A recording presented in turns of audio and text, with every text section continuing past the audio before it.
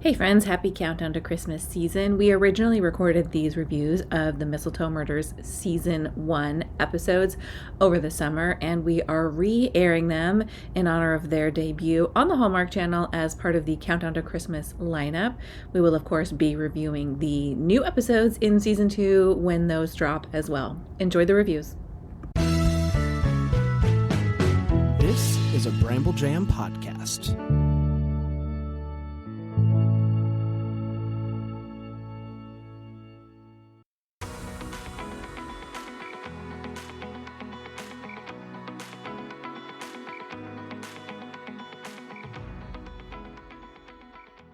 Welcome to Girls Gone Hallmark, a Hallmark review podcast. I'm Megan, and I'm a longtime Hallmark fan. I'm Wendy. I'm a former Hallmark hater. Today, we are starting the second semester of the Girls Gone Hallmark Summer School series, and we are beginning our reviews of Mistletoe Murders, and we are starting with combining episodes 1 and 2, Poison in a Pear Tree, parts 1 and 2. A little more on that in a minute.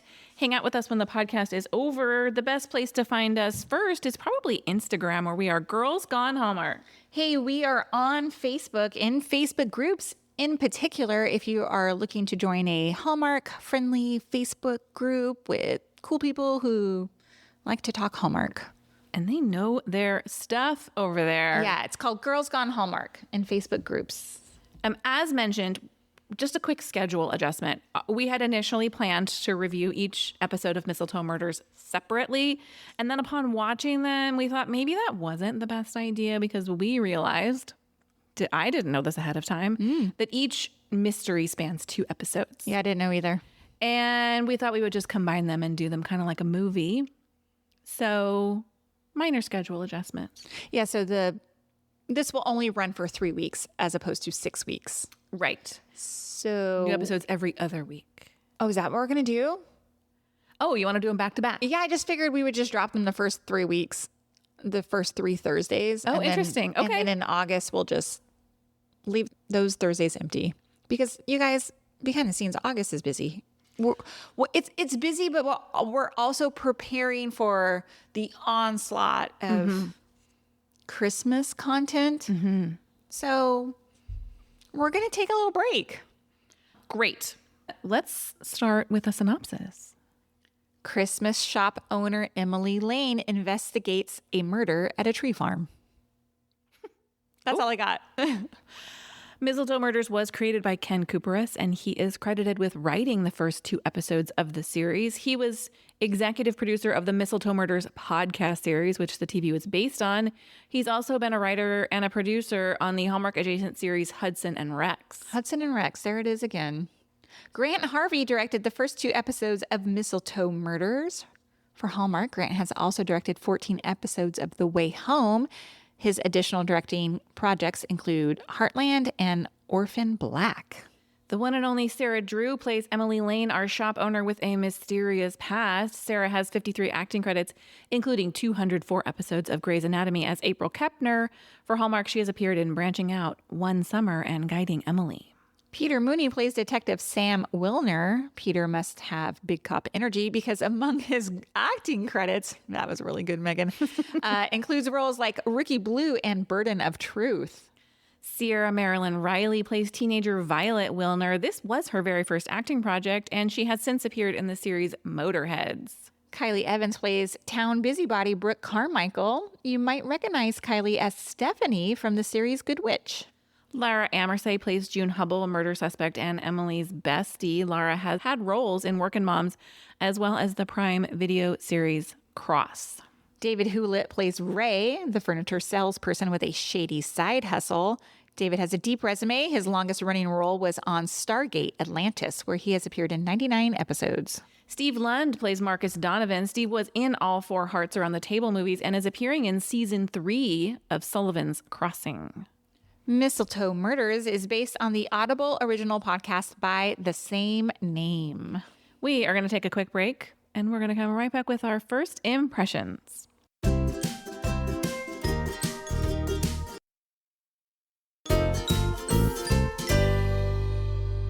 Hey, Wendy, what is your first impression of Mistletoe Murders, Poison in a Pear Tree? Oh, sorry. This mystery did not come to play, and neither did Emily Lane.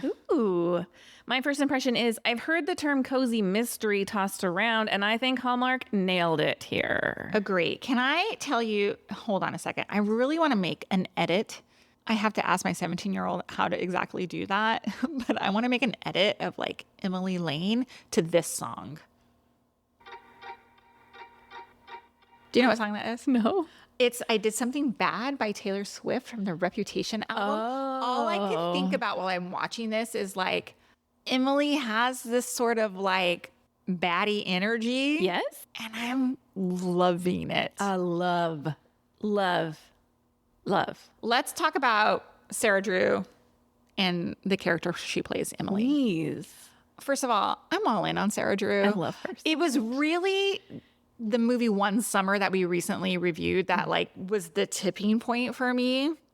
Yeah, she's so good in guiding Emily, though. She is very good. You're right. She's very good in that movie. And quite frankly, as April Kepner, like she's good. I didn't watch Grey's. I don't know her as that character at all.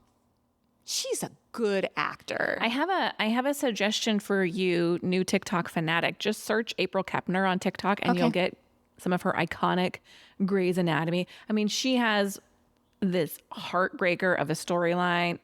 She's so good. Oh, I'm excited. I will. But she's so good in this. The way she delivers dialogue is like how you and I would talk to each other. I feel like she's like natural and warm, but she's just a little bit sarcastic too. And the way it's delivered is like, mwah, chef's kiss. So good. Yeah, here's one thing I like about her. Look, we are familiar with this setup, right? We've got the cop, Sam, and then we've got the amateur sleuth. But Emily Lane is not your average Hallmark heroine here. We know she's got some sort of mystery past. She clearly knows her stuff. I mean, look, the hidden briefcase moment with the passports, her lockpicking skills, the explosion. I love her. And I love that her character's got a lot of depth. She's not just like, I'm a Christmas tree shop owner who happens to be crime adjacent and I'm going to solve this crime because it involves my friends. She has a reason. Yes. So my notes about Emily Lane are that I think she's Hallmark's most intriguing lead, like ever. Oh, When I was watching it, I was like, okay, she's giving me Alias energy. If you remember that, of course she's not a spy. I don't think she's a spy, but like the lead character in Alias was a spy. And like, it's that sort of kind of like, I mean, that briefcase with the multiple passports is giving spy something. And what I also find super intriguing is she hiding in plain sight here? I'm a Christmas shop owner. Yeah. Like, what's the backstory here? I love it. I love it so much. I have in my notes that she's not just like a nosy amateur sleuth here. Like she brings a skill that we're not fully aware of yet. It's more Amy Winslow than Hannah Swenson. Yes. And I love that. This is a good thing. Question. Are you more anxious for the reveal of Emily's backstory, or were you more anxious for the Amy and Travis kiss? I'm more anxious to learn about Emily Lane's backstory because, and this is no shade to Mystery 101, it was a series I really enjoyed. But with that said, it was very Hallmark. Mistletoe Murders to me feels elevated to a level of, in quality terms, similar to The Way Home, production-wise, director-wise, like that kind of level. And also, I think that because it's based off of a successful podcast, The storytelling was already there. the storytelling's already there, but I don't feel like they're trying to dumb anything down for the audience. And sometimes I feel like Hallmark might be a little watered down in terms, especially with the mystery stuff. This felt different level to me. I think one thing they do nicely is balancing the tone in this movie. Like there is some sinister stuff, gambling debts, blackmail, shady business deals, and yet they balance it and they've found the piece that makes it Hallmark. And I have not listened to the podcast, but you have, your hot chocolate tastings. You have Emily runs this shop that would go out of business 10 and a half months out of the year, but still manages to be her bread and butter somehow. And part of me is knowing a little bit about her backstory. I'm like, is it a front? Is it a sham? Ooh. I don't think it is. I think, Hallmark is the only place where this could work. But I think they are balancing the mistletoe and the murder piece of it nicely. I agree. And while watching this, I'm not a huge fan of Christmas. Yeah. And I know it's called Mistletoe Murders. It feels to me like it's just operating like during the holiday season. It's not like a part of the They're not bashing you over the head with it. Yes. It could stand alone even if it removed the holiday element from it. I agree. I imagine it's not going to. I imagine season 2 is going to pick up during the holiday season. Sure. As well. I really enjoyed the story where we have all these clues. The baseball, like all these clues start to reveal themselves, right? And they're coming to Emily. Like I know she's out in pursuit of information, but it's like these clues are falling into her lap a little bit. Like when she's at the bank and she sees the baseball and then she puts the player names and the fake name together. And when Lizzie comes in and Lizzie's looking for a specific cookie and she's starting to put like the pieces together of, Lizzie must have been with Marcus that night, et cetera, et cetera. It's like enough to keep me like interested, but I'm not like trying to piece it together and put it together myself. I think a huge piece of that is the voiceovers because we don't have to guess what she's thinking. She's like, oh, that means X, Y, and Z. I think one of our complaints about mysteries is they give us so much information that sometimes it is hard to follow. And because she is piecing it together in her head and we hear that inner monologue, it helps us keep up with what's going on. Yeah, so you don't need the big like explanation at the end of the episode. Yeah. I want to talk about Violet, the daughter Violet. Yeah. Scene stiller for me. I loved her. She has this line when her dad comes into the Christmas shop and they're talking about perhaps maybe a killer on the loose. And she says, do I look like final girl material to you? I just was like, I love the writing. I love this actor. I can't believe this is like her first project. I thought she was really good. She vibes nicely with the guy that plays her dad. And she's she doesn't feel the role of best friend. Like obviously Emily has like the best friend who gets in trouble in this episode. Not, she doesn't get in trouble, but is suspected in this episode. But she's, the sounding board at work. Yep. And it just works. Yeah, she uses the line resting cop face. It's great. It's great. I love it. Speaking of supporting characters, big fan of Detective Sam. I like his dry wit, but it's also balanced by the fact that he's really warm with his daughter and very actively participating and trying to make it so that like their life has changed, but her life doesn't have to, and then takes the chance to listen to her when she's like, look, we can adapt. Our life doesn't need to be a carbon copy of what it was before. And he hears her and adapts to what she needs. And obviously you see him kind of warming to Emily and the skills that she brings. Like he's mildly annoyed that she's running her own investigation, as he should be, quite frankly, but acknowledges, the help that she's offering, kind of softens towards her. Obviously, we see where this is headed. I'm really enjoying Detective Sam. I agree with you. He's attractive. I don't love the trope of I'm annoyed at this amateur sleuth story. And maybe it's just because we've watched a lot of mysteries. Yeah, but she also stomps in and she's like, give me this information. He's like, get the heck out of here. No, I agree. I love when he clocks her and he's like, not all investigations are an Agatha Christie, story or whatever. Yeah, except bro, you're living in one. Yeah, exactly. Exactly. My final like is, and we talked about it at the top, this 2-episode arc, very smart move. Yes. So smart. I love it. And it ties in with my final link, the final scene we get that kind of wraps up all of these storylines. It's told without dialogue. Lizzie's telling Trent the truth. We see Gordon waking up in the hospital. Sam and Violet doing their care. Like, we're wrapping up all these storylines. Emily and June are at the bar. Emily exchanged gifts with Ray. It gives us like closure, but then opens the door to the next thing. Yeah, I'm curious to see because I have not watched episode 3 yet. Do we get new characters introduced at all? We would have to because I can't imagine. Yeah, the cast is deep. This pool of people are not going to have another murder. Yeah, I would hope not.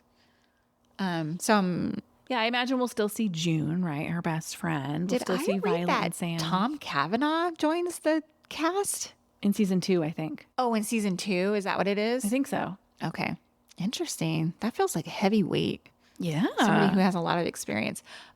We didn't talk about it, but the character of Ray, and I put this on our Instagram stories. Yeah. There are a few of you who knew what I was referencing, but is he not Jonesy from Beverly Hills Yeah, 90210? as soon as you said it, I was... Like shady side hustle, good guy, maybe doing some not so good things. Yeah. I loved it. I loved it too. I loved it. I really like him. Let's talk wishes. Let's talk wishes. Mine are very few. Yeah, me too. My first one is, it's kind of a yes, I do, but no, I don't. I want more information about Emily's backstory. But then again, I don't. I'm like, give it to me just in breadcrumbs. It makes it more enjoyable that way. So, Yeah, I mean, that final scene in the first episode where they show the flashback to her all in black and the explosion behind her, like, that's great. that's super interesting. It was the end of the episode 2 when she like pulls out that. Yeah, the gift from Jonesy. It's right? gotta be a gun, right? I know. That's what it's in my wishes too. Like, what is it? Is it a gun? Is it a burner phone? I don't know. Yeah. What is it? I don't know. I'm dying to know. But I feel like a gun's too obvious. Like, what could it be? I don't know. But yeah, I'm really enjoying her backstory. I'm enjoying the slow reveal. Another thing I want more of, I want more Brooke and more Sue. I'll be shocked if we don't find Brooke Carmichael at the center of one of these mysteries this season. She plays the perfect little town busybody. We didn't really get enough of her, in my opinion, in these first 2 episodes, but they do set her up nicely to be kind of getting in the middle of something sticky coming up. I thought so too. So I also like Sue, the diner owner.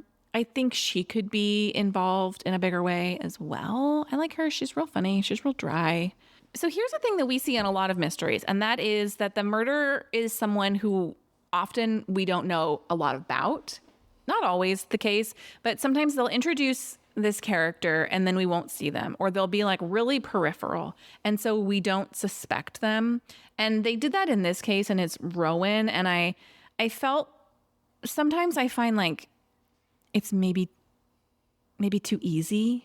Like, it felt a little bit like he came out of nowhere. Like, I did feel like he was suspicious from the moment he finds her in the woods. Yeah. But we don't get enough about him until we, discover that he's sleeping in the loft and all of that. So it just came out of nowhere. Do you wish it was somebody more obvious? Maybe. Somebody who is like a bigger player in the story. Yeah. Maybe. Yeah, I hear you. That's it. Well, me. let's talk. Did you see that moment? I have 2. Okay. And they're not typical did you see that? They were just standout moments. to me. Yeah. Same. The first one is when Emily is pressing Anna, the daughter, about your dad is tech challenged. He wouldn't know how to send an anonymous. And it's an acting choice that Sarah Drew makes. Like, she's asking her a question and then she goes like this with her eyes. Like, and you guys, obviously we're on an audio podcast that I just did, but her eyes said, go ahead, answer me. You don't have an answer. Yeah. I just thought it was a really good scene. yeah. What do you have to say to that? Yeah, it was just so good. She just like, it's almost like when you like make God, my dogs are so loud. When you like make a person flinch, like, Yeah. you know what I mean? It just was, it was really good. Yeah, yeah. It was really good. The other scene has to do also with Emily, and it's when she's confronted with Rowan up in the barn rafters.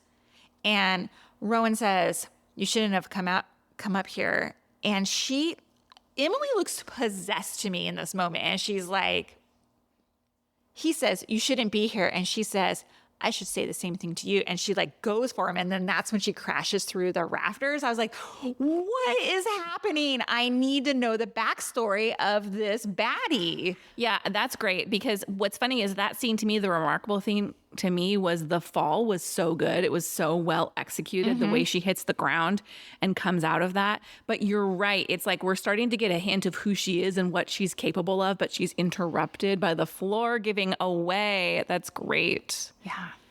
You know, like you, there's not a lot of real did you see that moments for me, but I would like to say one thing I noticed. I found the inside of Ray's office to be very incongruous with the outside.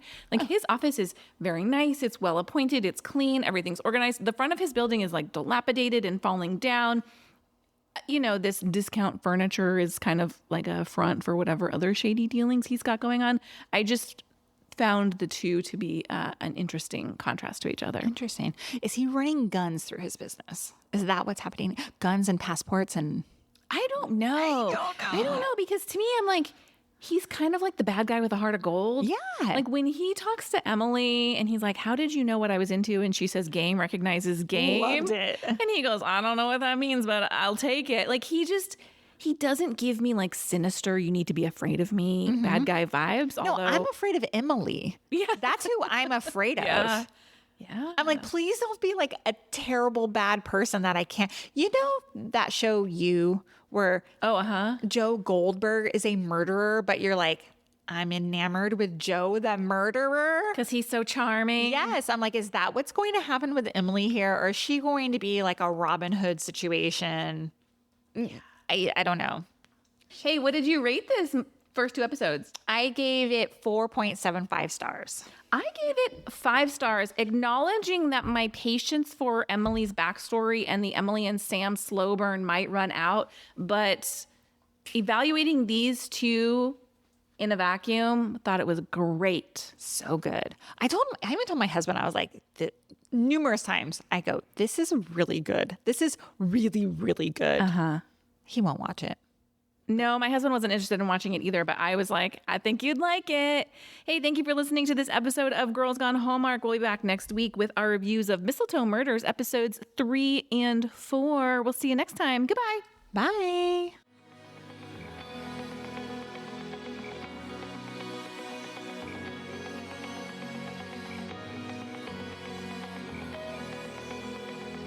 All right, friends, before we go, just a quick heads up. You're about to hear some ads. These little gems help us keep the show running and the Hallmark love flowing. So do with that info what you will. Grab a snack, hit the skip button, or maybe, just maybe, listen in and discover your new favorite product. Bye.